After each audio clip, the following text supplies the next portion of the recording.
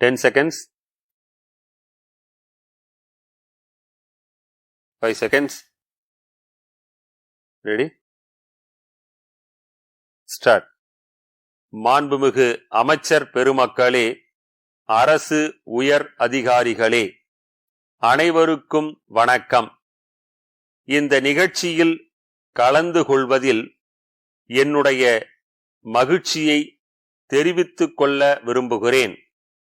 தமிழ்நாட்டு இளைஞர்களை கல்வியில், அறிவியலில், ஆற்றலில், தனி திறமைகளில் தலைநிமிர்ந்து நிற்க வைக்க தமிழக அரசால் தொடங்கி வைக்கப்பட்டிருக்கக்கூடிய திட்டம்தான் நான் முதல்வன் திட்டம். அனைத்து துறையின் வளர்ச்சி, அனைத்து மாவட்ட வளர்ச்சி, அனைத்து சமூக வளர்ச்சி என இன்று அரசாங்கத்தில் பல வளர்ச்சி திட்டங்கள் நடைபெற்றுக் கொண்டிருக்கின்றன. இங்கே இந்தியாவுக்கே வழிகாட்டக்கூடிய அரசாக நமது அரசு விளங்கிக் கொண்டிருக்கிறது.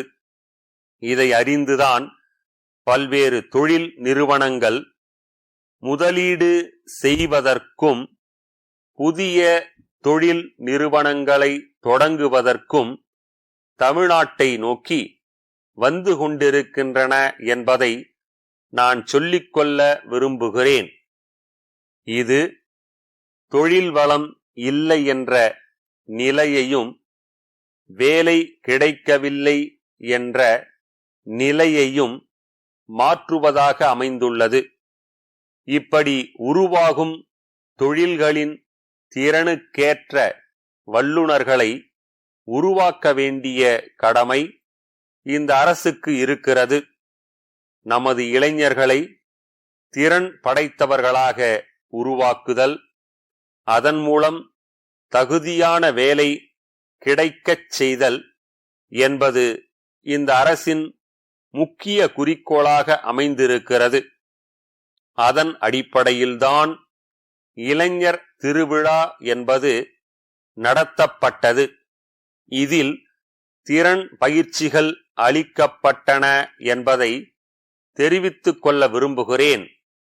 இன்று மருத்துவம், பொறியியல் போன்ற துறைகளை நோக்கி மாணவர்கள் செல்கின்றனர்.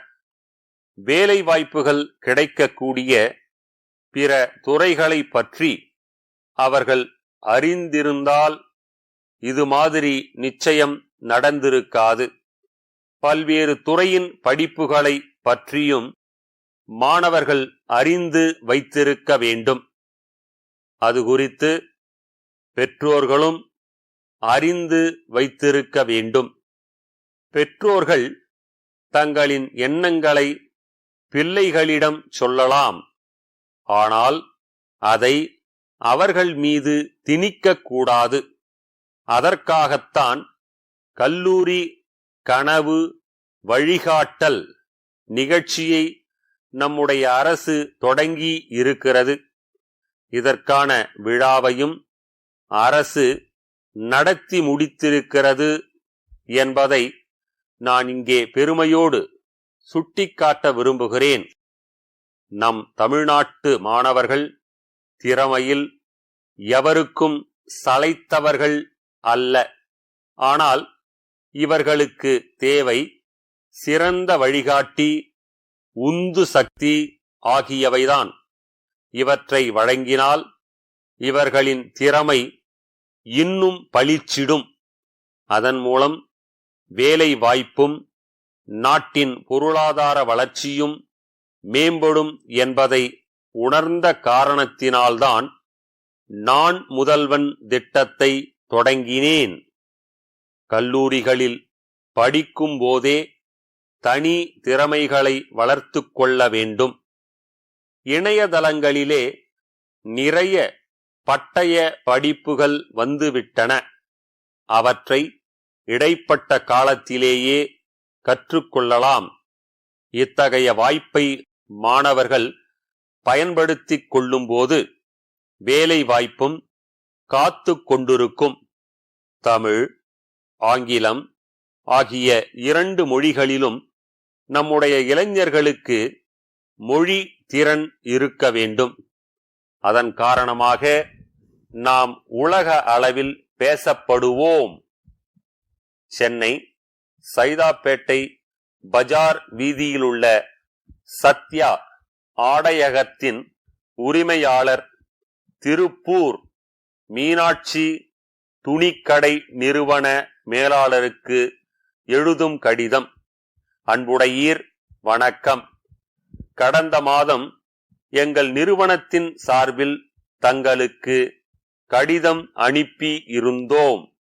அதில் பொங்கல் பண்டிகையை முன்னிட்டு ஆண்கள் மற்றும் பெண்களுக்கென சிறப்பாக வடிவமைக்கப்பட்ட புதிய வடிவில் உருவாக்கப்பட்ட ஆடைகளை அனுப்புமாறு கேட்டிருந்தோம்.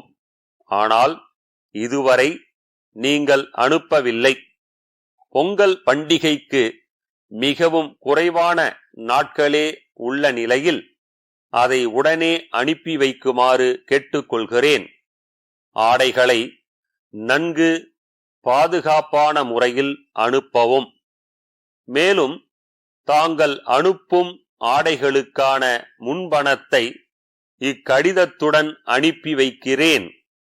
தாங்கள் அனுப்பும் ஆடைகளை பெற்றுக்கொண்ட உடனே அதற்குரிய மீதமுள்ள தொகையை அனுப்புகிறேன் என்பதை தெரிவித்துக் கொள்கிறேன். நீங்கள் காலதாமதம் செய்தால் எங்கள் வாடிக்கையாளர்கள் வேறு விற்பனை நிலையத்தை நாடும் சூழ்நிலை ஏற்பட்டுவிடும். எனவே கடந்த ஆண்டு சரியான நேரத்தில் சரக்குகளை அனுப்பியது போல் இந்த ஆண்டும் குறித்த நேரத்தில் அனுப்பி வைக்குமாறு கேட்டுக்கொள்கிறேன். தங்கள் ஆதரவை என்றும் நாடும் தங்கள் நம்பிக்கையுள்ள